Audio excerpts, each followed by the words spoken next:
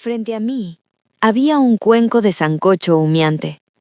El aroma intenso a cilantro y carne de res contrastaba fuertemente con el olor a humedad del viejo mercado. Allí, en el corazón del brumoso pueblo de San Esperanza.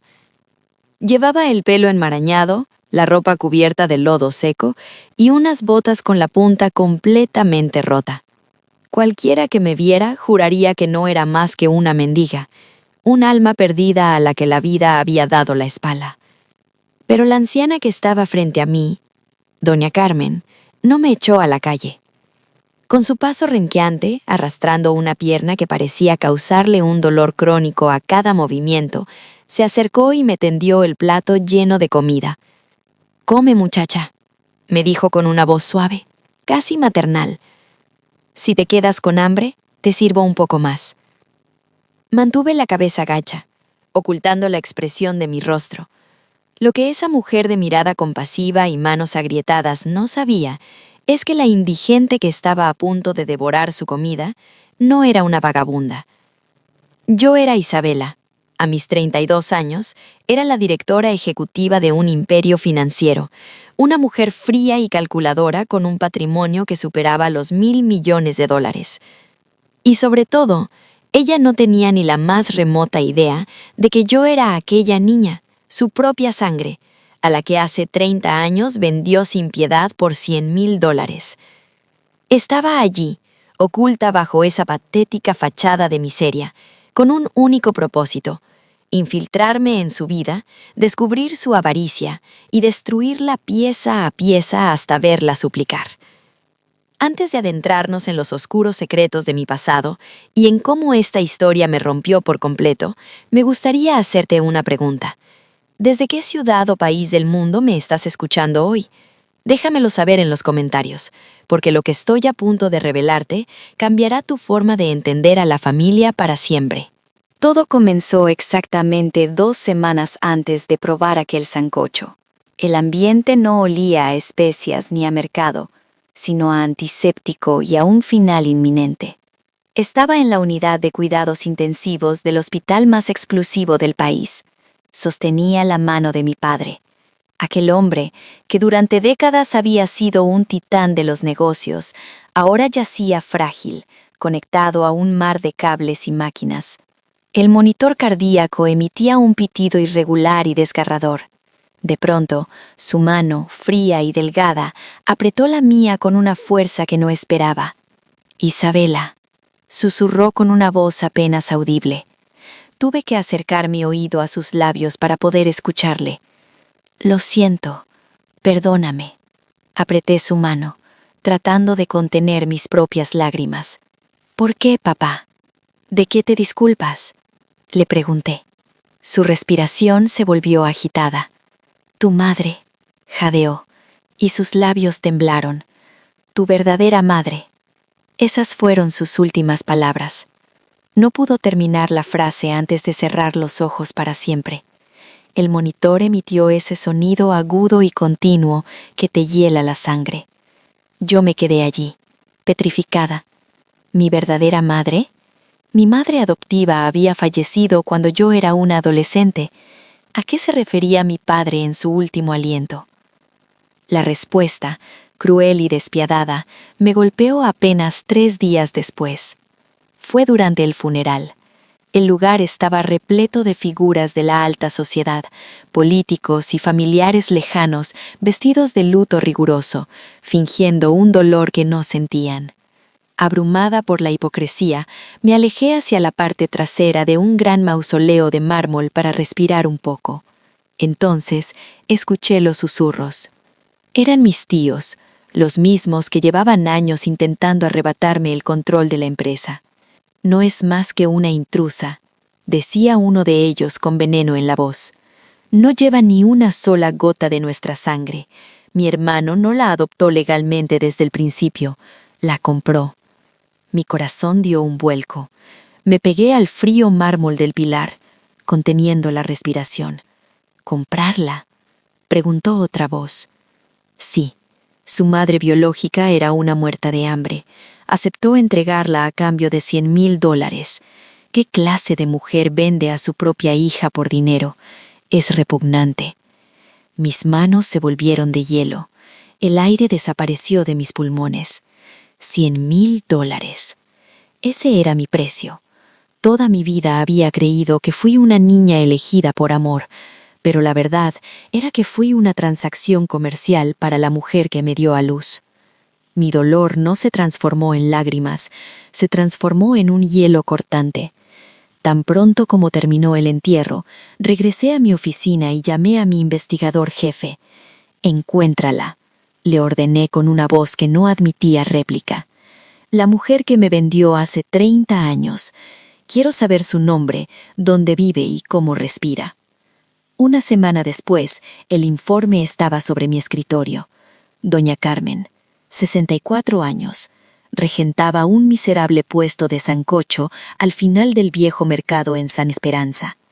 En la carpeta había una fotografía. Vi un rostro surcado de arrugas profundas, una espalda encorvada por el peso de los años y un delantal descolorido. El investigador confirmó que existía un registro bancario de la época, un cheque por $100,000 cobrado a su nombre el mismo día que yo fui entregada a mi padre. Apreté los dientes hasta que la mandíbula me dolió. Así que cobró el dinero y, por lo visto, lo malgastó hasta terminar en la miseria. Esa misma noche, frente al inmenso espejo de mi ático de lujo en la capital, tracé mi plan. Quería ver la codicia en sus propios ojos.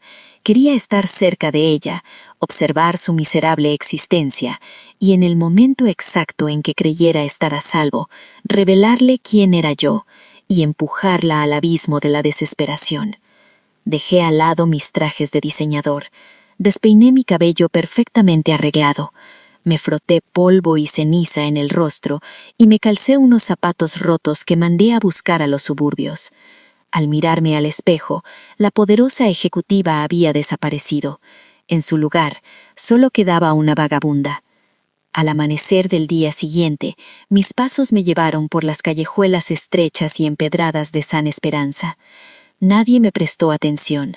Nadie vio a la heredera de un imperio. Solo vieron a un estorbo más en la calle, hasta que llegué frente a la puerta oxidada de aquel puesto de sancocho, y ella abrió la puerta. El interior del local era aún más deprimente de lo que imaginaba. Había apenas 4 mesas de plástico descolorido, un suelo de baldosas agrietadas y un calendario amarillento colgado en la pared. Me senté en el rincón más oscuro, observándola en silencio. Doña Carmen trabajaba sin descanso. Vi cómo levantaba la pesada tapa de la olla de hierro. Con cada movimiento, su pierna derecha cedía, obligándola a apoyar todo su peso contra el mostrador, mientras su rostro se contraía por un destello de dolor. ¿Por qué cojea así?, pensé con cinismo. ¿Qué hizo con los $100,000? ¿Por qué no se operó esa pierna? Pocos minutos después, cojeando hacia mi mesa, me dejó el gran cuenco de sancocho frente a mí. El caldo burbujeaba, y por encima flotaban enormes trozos de carne de res, yuca y plátano. Era una porción exagerada, demasiado generosa para alguien que claramente no tenía cómo pagar. Sin embargo, antes de soltar el plato, sus manos ásperas se detuvieron. Sentí su mirada clavarse en mi rostro. Alcé la vista, desafiante, pero lo que encontré no fue rechazo ni asco. Sus ojos, empañados por los años, se abrieron desmesuradamente, enfocándose en un punto muy específico, el pequeño lunar en forma de media luna, justo debajo de mi ojo izquierdo. El cuenco de barro casi se le resbala de las manos. Su rostro palideció, y vi cómo su pecho subía y bajaba con agitación. «Disculpa», murmuró, con la voz quebrada, cargada de una esperanza desesperada que me revolvió el estómago. «Muchacha, ¿cómo te llamas?»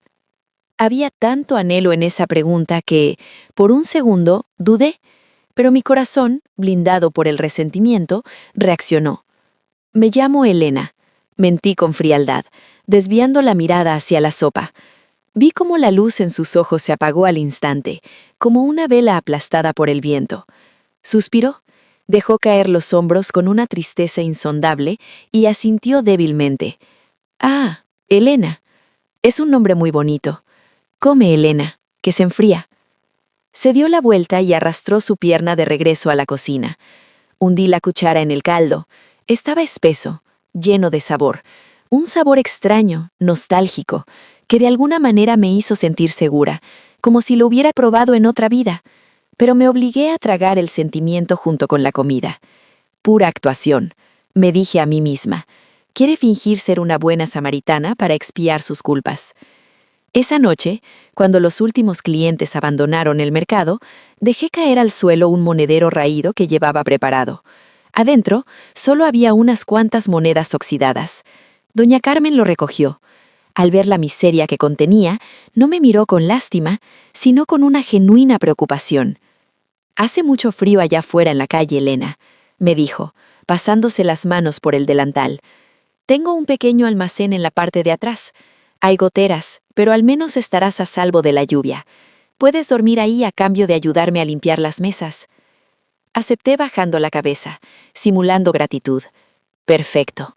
Estaba exactamente donde quería estar, en las entrañas de su vida, lista para encontrar el momento de destruirla. Me instalé sobre unas viejas mantas en el almacén. Dejé la puerta entreabierta para espiarla. Esperaba verla contar el dinero del día, esconder las ganancias, mostrar su verdadera cara avara. Pero lo que vi me hizo que un nudo incómodo se formara en la garganta. Agotada, doña Carmen se sentó en un taburete.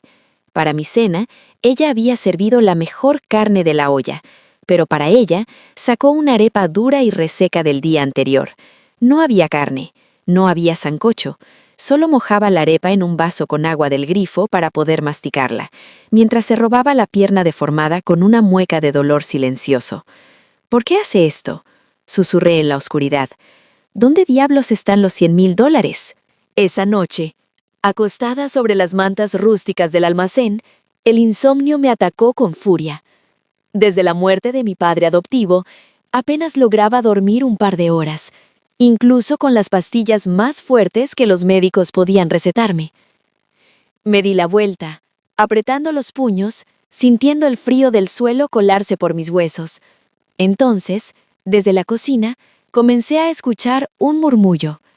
Me asomé por la rendija de la puerta. Doña Carmen estaba lavando los inmensos calderos de hierro bajo un chorro de agua helada. Sus manos rojas, casi en carne viva por el detergente, se movían rítmicamente mientras de sus labios escapaba una melodía.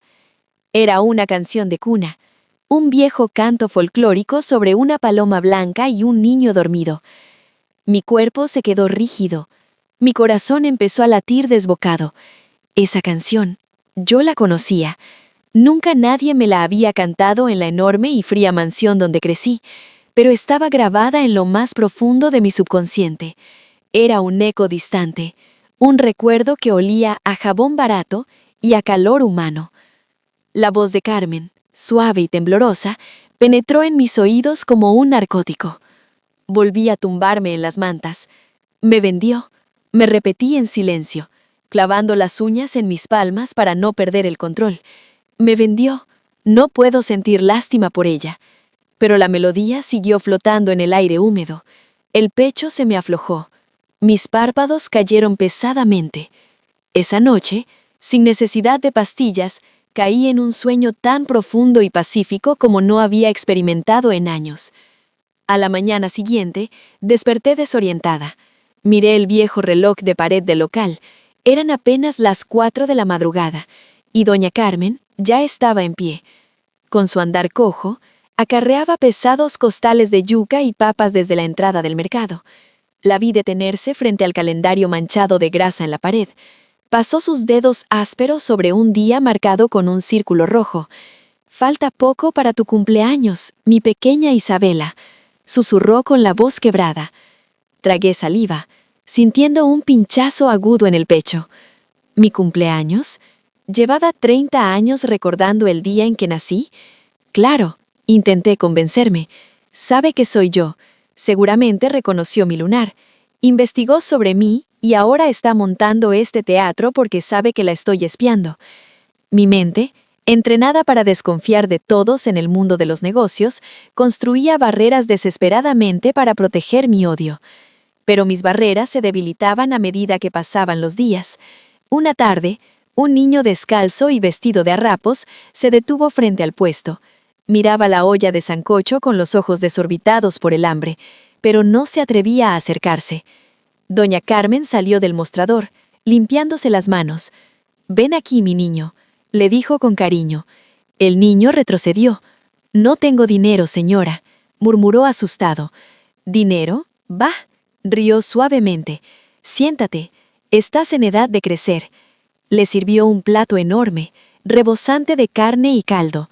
Mientras el niño comía a dentelladas, ella le acariciaba el pelo ensortijado. Yo no pude contenerme.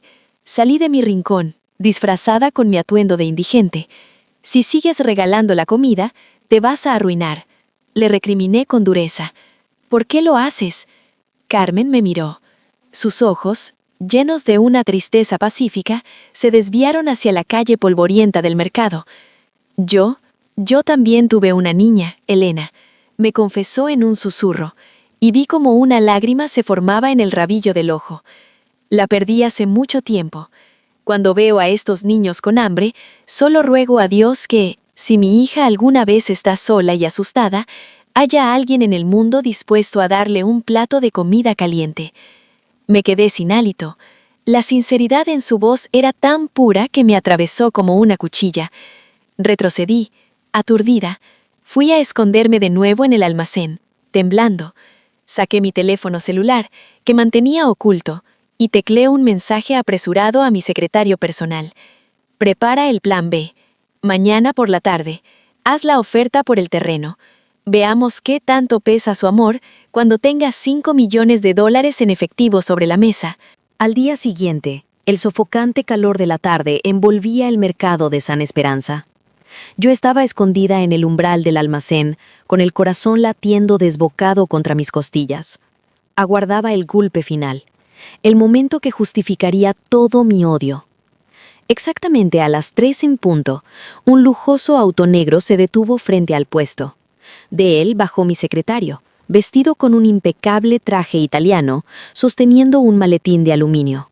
El contraste entre su figura y la miseria del local era grotesco.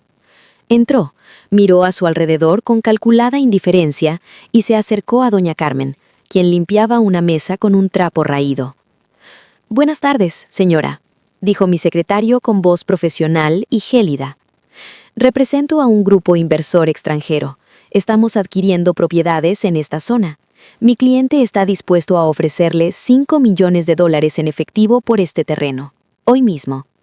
Abrió el maletín y lo giró hacia ella. Fajos y fajos de billetes de $100, perfectamente apilados, quedaron expuestos bajo la débil luz del fluorescente. Contuve la respiración. «Tómalo», pensé con amargura. «Tómalo y demuestra de una vez por todas que solo te importa el dinero. Así podré destruirte sin remordimientos». Doña Carmen se quedó paralizada. Sus ojos vagaron por el interior del maletín y luego recorrieron su propio local. Miró las ollas abolladas, las paredes descascaradas y finalmente miró el rincón exacto donde, 30 años atrás, seguramente yo había dormido en una caja de cartón. El silencio se prolongó, espeso y asfixiante. «Es una oferta que no puede rechazar», insistió mi secretario, presionando. «Es 10 veces el valor de esta ruina». Entonces, doña Carmen negó con la cabeza, lentamente al principio y luego con firmeza. «Lo siento, señor», dijo, y su voz no tembló. «Pero este lugar no está a la venta, ni por 5 ni por 50 millones».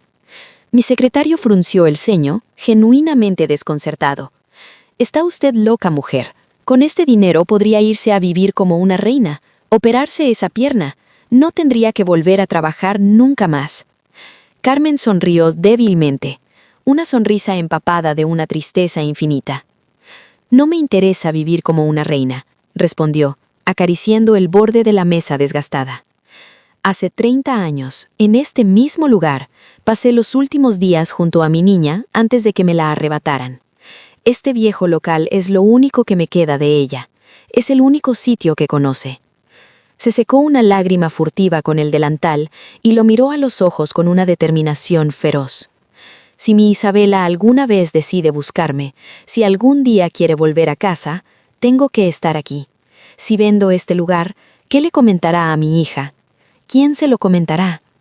Si vendo este lugar, ¿cómo sabrá dónde encontrarme? ¿Cómo sabrá que su madre nunca, jamás, dejó de esperarla? Mis rodillas cedieron. Me deslicé por la pared del almacén hasta caer sentada en el suelo frío. Tuve que taparme la boca con ambas manos para ahogar el zozobro que pugnaba por salir de mi garganta. No podía creerlo. Rechazó $5 millones. La mujer que supuestamente me había vendido por ambición acaba de rechazar una fortuna incalculable, condenándose a seguir viviendo en la miseria solo por la remota esperanza de volver a verme. Mi secretario cerró el maletín de golpe, asintió con respeto y salió del local. Me quedé ahí, escondida en las sombras, temblando violentamente. Todo mi mundo, todo lo que creía saber, se estaba desmoronando pedazo a pedazo. Si no le importaba el dinero, entonces, ¿qué pasó hace 30 años? ¿Por qué cobró aquel cheque de $100,000? Esa misma noche, mientras doña Carmen limpiaba en la cocina, saqué mi teléfono y llamé a mi investigador privado. «Escúchame bien», le susurré, con la voz rota y desesperada. «Quiero que rastrees hasta el último centavo de aquel cheque de hace 30 años. Averigua en qué cuenta se depositó, quién lo sacó y en qué se gastó. Y lo quiero para esta misma noche». Fueron las horas más largas de mi vida. Acostada sobre las viejas mantas del almacén, miraba el techo con los ojos muy abiertos en la oscuridad, esperando. El sonido del agua goteando en algún lugar del mercado parecía el tic-tac de una bomba de tiempo en mi cabeza. Cerca de la madrugada, la pantalla de mi teléfono se iluminó. Era mi investigador. Respondí de inmediato, pegando el aparato a mi oído con las manos temblorosas. «Señorita Isabela», comenzó, y pude notar una rara vacilación en su voz.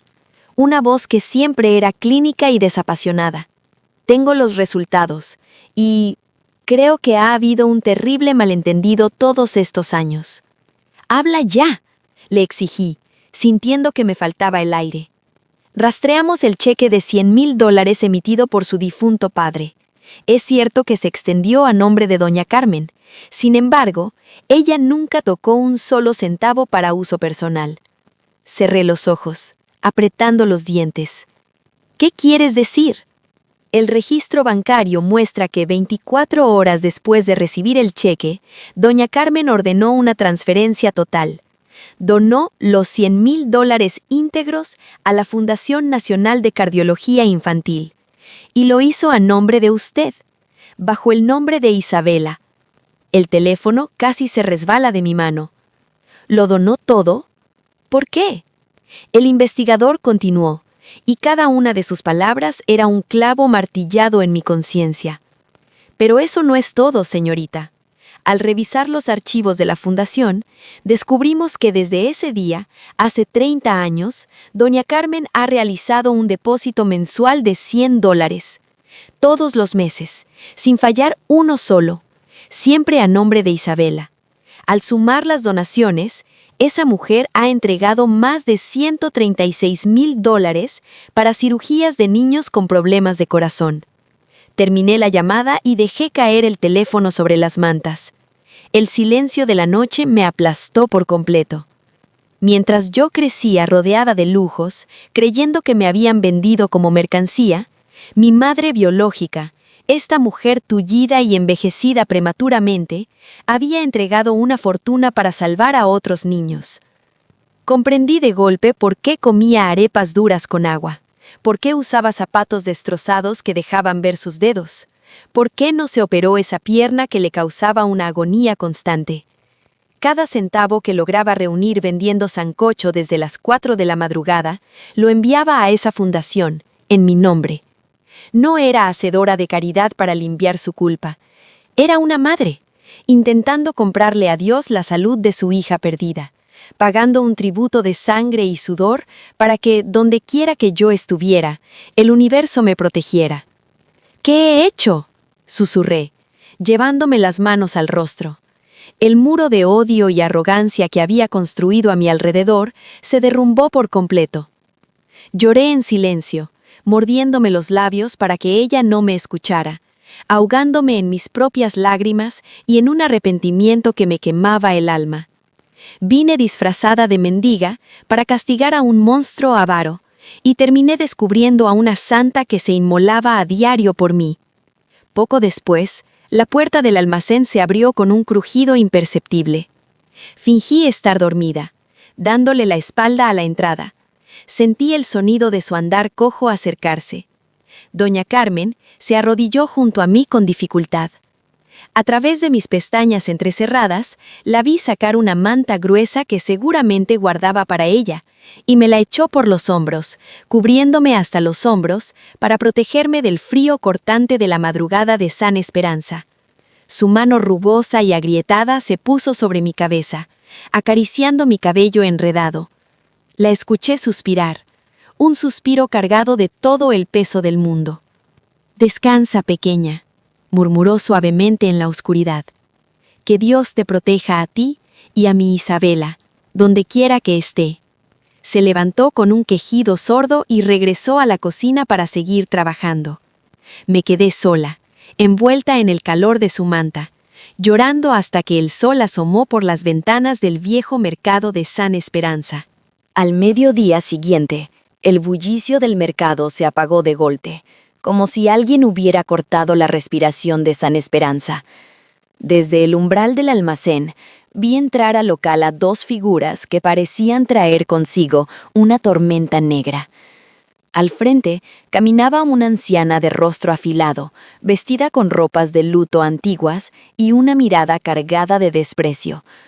A su lado estaba don Héctor, el matón que controlaba los terrenos del mercado, un hombre corpulento, de sonrisa gracienta, escoltado por 3 matones.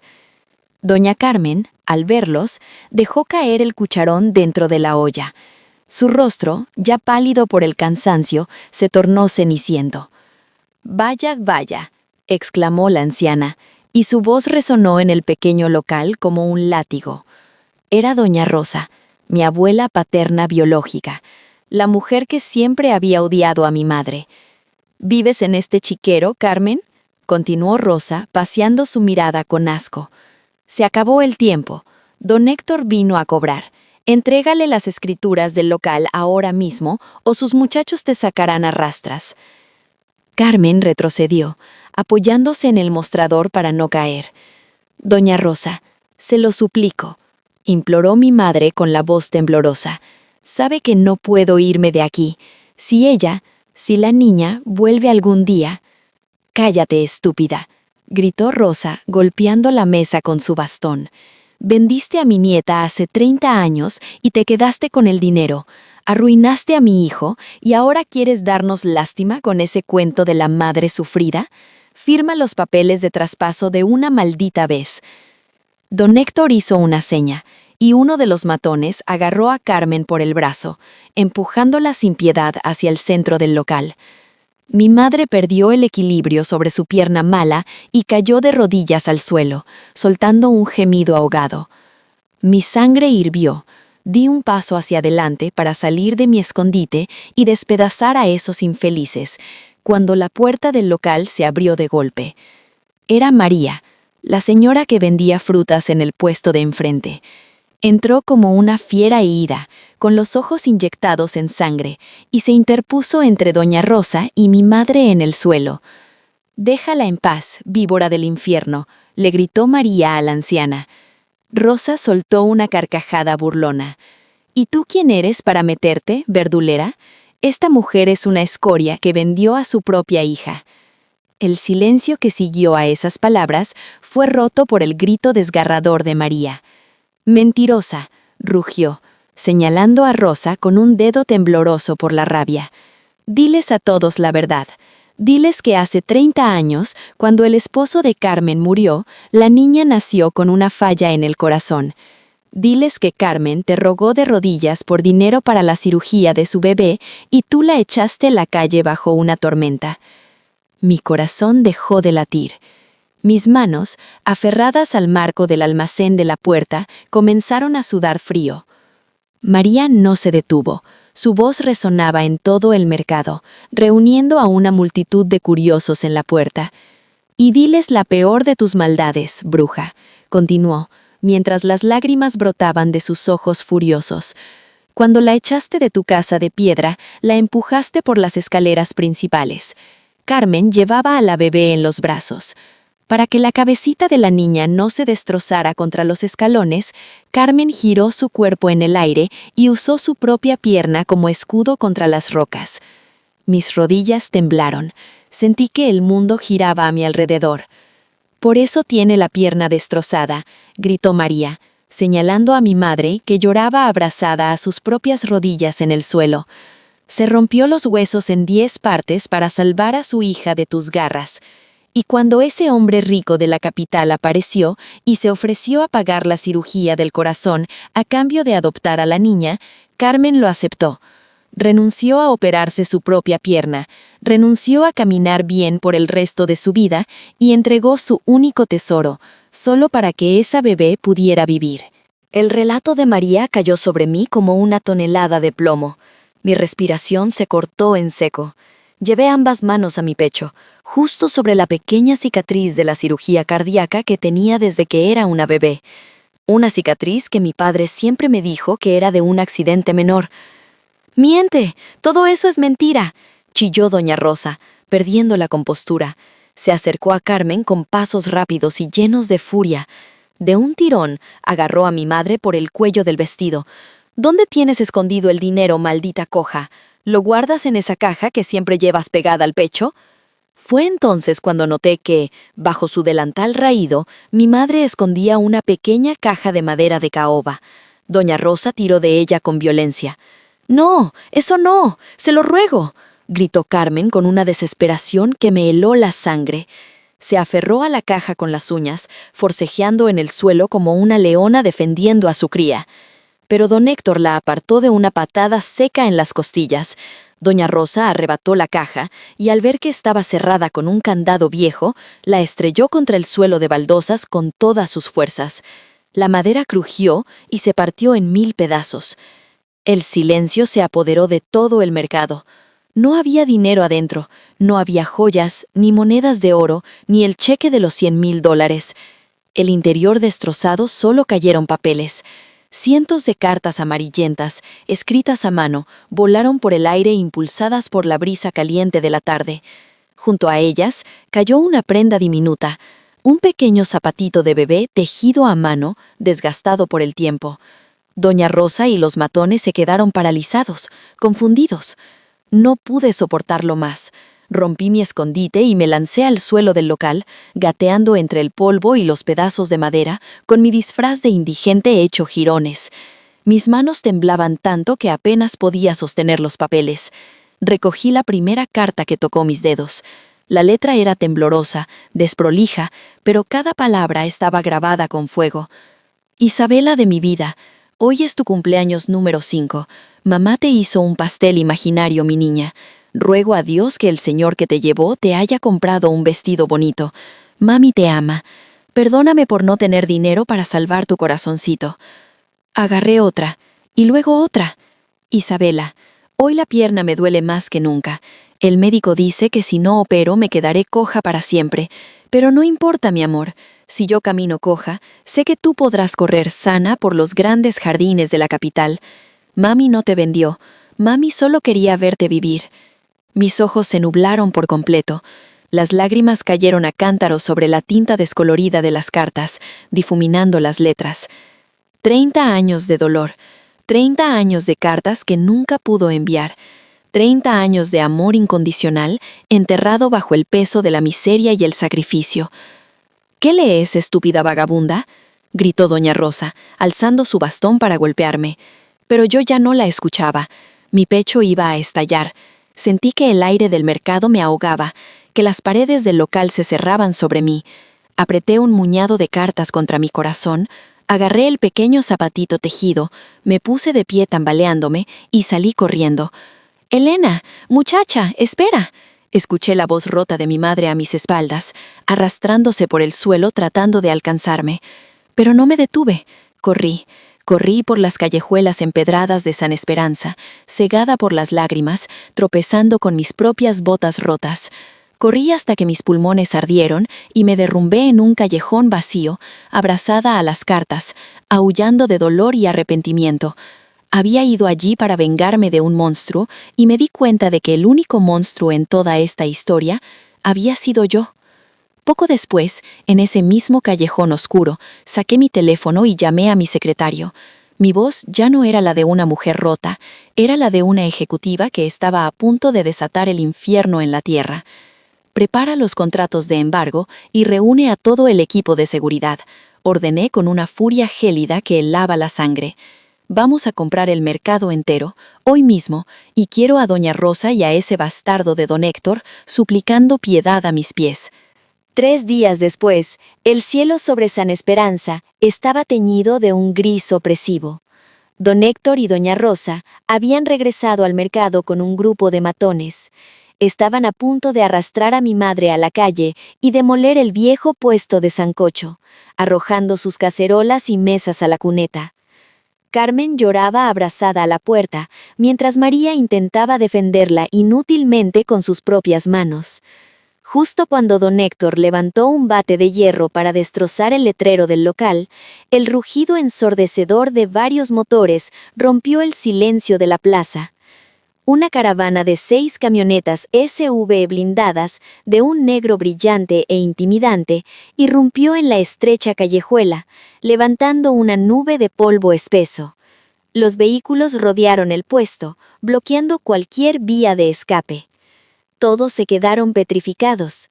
El bate de don Héctor quedó congelado en el aire. Las puertas de las camionetas se abrieron al unísono y decenas de hombres trajeados, mis guardias de seguridad privada, bajaron para formar un perímetro impenetrable. Y entonces bajé yo. Ya no era Elena, la mendiga de ropas sucias y botas rotas. Llevaba un traje a medida de alta costura, zapatos de tacón afilado que resonaban como martillazos contra el pavimento y la mirada gélida de la mujer más poderosa del país. Caminé entre el polvo, flanqueada por mi secretario y mis abogados, abriéndome paso como una reina a punto de ejecutar su sentencia. Doña Rosa me miró, frunciendo el ceño. ¿Y usted? ¿Quién diablos se cree que es para interrumpir aquí? Escupió con arrogancia, aunque su voz temblaba. No le respondí. Mi secretario dio un paso al frente y le entregó a don Héctor un grueso expediente. Los títulos de propiedad que usted posee sobre este mercado son falsos, declaró mi secretario con voz mecánica. Fueron alterados mediante sobornos en el registro civil. Esta señora, Isabela, la directora ejecutiva de la corporación, ha comprado la totalidad de San Esperanza y además ha interpuesto 14 denuncias federales contra usted por extorsión, fraude y crimen organizado. Apenas terminó de hablar, las sirenas de la policía local, ahora bajo mis órdenes directas, llenaron el lugar. Don Héctor palideció, dejó caer el bate. Antes de que pudiera articular palabra, 2 oficiales lo esposaron y lo obligaron a arrodillarse. Doña Rosa comenzó a retroceder, aterrorizada, negando con la cabeza. No tengo nada que ver con sus negocios. A mí no me toquen, soy una anciana respetable. Me acerqué a ella. Mi sombra la cubrió por completo. No tan respetable, doña Rosa, le dije, y mi voz era el eco del hielo absoluto. Mi equipo legal ha reabierto el caso de hace 30 años. Tenemos testigos de cómo usted intentó asesinar a su nuera, empujándola por las escaleras, y cómo falsificó firmas para robarle la herencia de su esposo. Pasará los últimos días de su miserable vida pudriéndose en una celda oscura. Rosa me miró a los ojos, y de pronto un atisbo de reconocimiento cruzó su rostro pálido. Abrió la boca, horrorizada. Tus ojos, no puede ser, balbució, mientras la policía la esposaba sin contemplaciones, arrastrándola hacia la patrulla mientras ella gritaba histérica. El silencio regresó. Pero esta vez era un silencio lleno de asombro y redención. Giré sobre mis tacones y miré hacia el puesto de sancocho. Doña Carmen estaba apoyada contra el marco de la puerta. Me miraba fijamente. Sus ojos surcaban mi rostro perfecto, buscando las facciones de aquella indigente llamada Elena. Comencé a caminar hacia ella, y con cada paso que daba, la muralla de hielo que me había protegido toda la vida se iba agrietando, derritiéndose hasta desaparecer. Me detuve frente a ella. Sin dudarlo un segundo, y sin importarme arruinar mi traje de miles de dólares, me dejé caer. Mis rodillas golpearon el barro y la ceniza del mercado. Toda la plaza soltó un jadeo de sorpresa. La gran ejecutiva estaba de rodillas frente a una cocinera lisiada. Levanté la vista hacia ella. Mis lágrimas brotaron como un torrente incontrolable. Llevé mi mano temblorosa hacia mi mejilla, rozando el lunar en forma de media luna. «Perdóname», sollocé, y mi voz se quebró, volviéndose la voz de una niña asustada. «Fui una tonta. Vine aquí creyendo que me habías vendido. Mírame.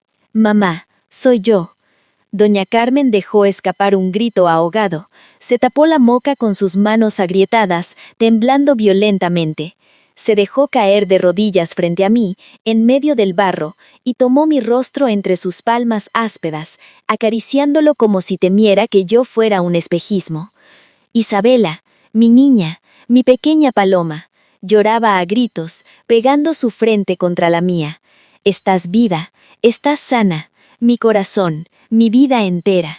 La abracé con todas las fuerzas que me quedaban, hundiendo mi rostro en su hombro que olía a cilantro y a trabajo duro. Y ahí, rodeadas por los murmullos de asombro y las lágrimas de María y los comerciantes, lloramos juntas. 30 años de ausencia, de malos entendidos y de dolor se disolvieron en ese abrazo bajo el cielo de San Esperanza. Un año después de aquel día, mi vida había cambiado para siempre. Me llevé a mi madre en mi jet privado al mejor hospital de los Estados Unidos. Tras una compleja cirugía y meses de rehabilitación, Carmen volvió a caminar. Ya no arrastraba su pierna ni sufría aquellos dolores punzantes que intentaba ocultar con arepas duras y agua. La fundación que había estado recibiendo sus $100 mensuales cambió de nombre. Ahora se llama Fundación Doña Carmen y donamos anualmente millones de dólares para salvar los corazones de niños de toda Latinoamérica. El mercado de San Esperanza fue remodelado por completo.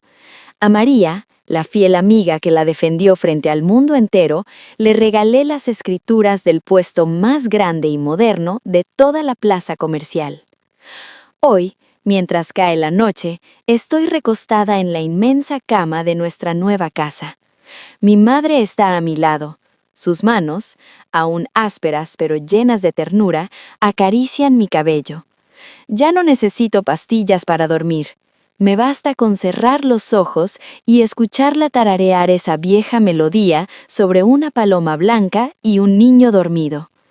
Pensé que el dinero y el poder me habían convertido en la mujer más rica del mundo, pero me equivocaba. La verdadera riqueza no se guarda en maletines ni se compra con $100,000. La verdadera riqueza es el latido del corazón de quien daría su propia vida para que la tuya siguiera latiendo. Gracias por haberme acompañado en esta historia tan íntima y dolorosa. Si las lágrimas de mi madre y la redención de mi alma tocaron tu corazón hoy, te invito a suscribirte al canal.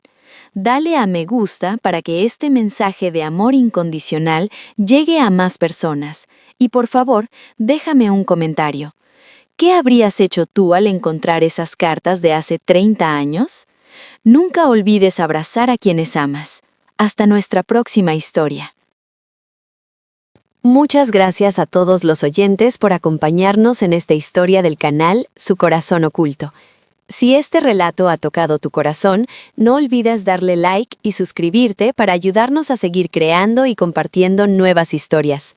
También te invitamos a dejar tu comentario contándonos qué piensas sobre este caso y desde qué ciudad o país nos estás escuchando. Nos encantará leerte y sentirte cerca. Queremos recordarte que todo el contenido, los personajes, las imágenes y la voz de este video son ficticios y han sido creados con el apoyo de inteligencia artificial durante el proceso de producción.